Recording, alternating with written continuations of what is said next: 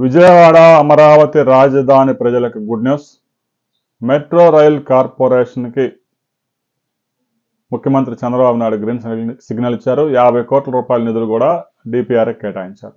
ఇప్పటికే గతంలో తయారు చేసిన డిపిఆర్కి కొన్ని మార్పులు చేయాల్సి ఉంటుంది. ఎందుకంటే విజయవాడ నగరంలో రామారపం నుంచి నెడమానూరు దాకా దాదాపుగా 6 కిలోమీటర్ల ఫ్లైఓవర్ రాబోతా ఉంది. కాబట్టి అక్కడ ఫ్లైఓవర్ కమ్ మెట్రో రైలు ప్రయాణం చేయాల్సి ఉంటుంది. దాదాపుగా 38 కిలోమీటర్లు 2 కారిడార్లు ఫైనలైజ్ చేసేసారు. ఇప్పటికే పండిట్ నెహ్రూ బస్టాండ్ నుంచి గన్నవరం వరకు ఒక కారిడారు దాదాపుగా 25 కిలోమీటర్స్ ఉంటుంది.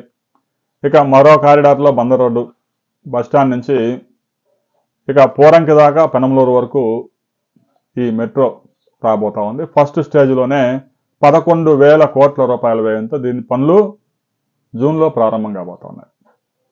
ఇక దీనికి రాష్ట్ర ప్రభుత్వం భూమి కొంచెం సేకరించాల్సి ఉంది. దానికి 1,100 కోట్లు ఖర్చు అవుతుంది. మిగతాది మొత్తం కేంద్ర ప్రభుత్వం పెట్టుకుంటుంది.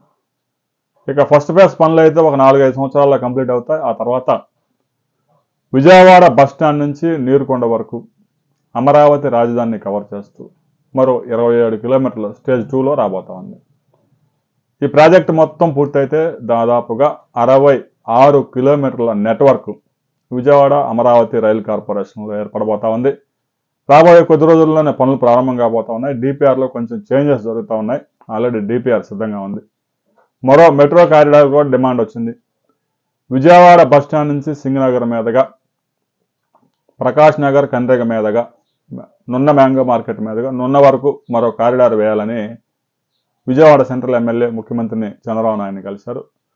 ఆ కారిడార్ కూడా బస్టాండ్ నుంచి ఏదైతే అమరావతికి ఫేజ్ 2లో చేపట్టబోతారో దాంతోపాటు దీన్ని కూడా చేపట్టే అవకాశం ఉంది.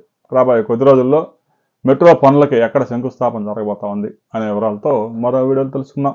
దాదాపుగా 33 స్టేషన్లు రాబోతా ఉన్నాయి. బస్టాండ్ నుంచి గన్నవరం కారిడార్లో ఒక 22 స్టేషన్లు, నెహ్రూ బస్టాండ్ నుంచి పెనమలూరు వరకు 11 స్టేషన్లు రాబోతా ఉన్నాయి. ఇక అమరావతి రాజధాని నీరుకొండలో ప్రధానంగా అక్కడ యార్డు రాబోతా ఉంది. అమరావతిలో కూడా ఒక 8 స్టాపులు 8 స్టేషన్లు రాబోతా ఉన్నాయి. దాని మీద డిపిఆర్ సిద్ధమవుతా ఉంది. ఆ డిపిఆర్ సిద్ధం చేసిన తర్వాత మరిన్ని వివరాలతో మరో వీడియోలు తెలుసుకుందాం. వీడియో నచ్చితే లైక్ చేయండి, షేర్ చేయండి, సబ్స్క్రైబ్ చేసుకోండి.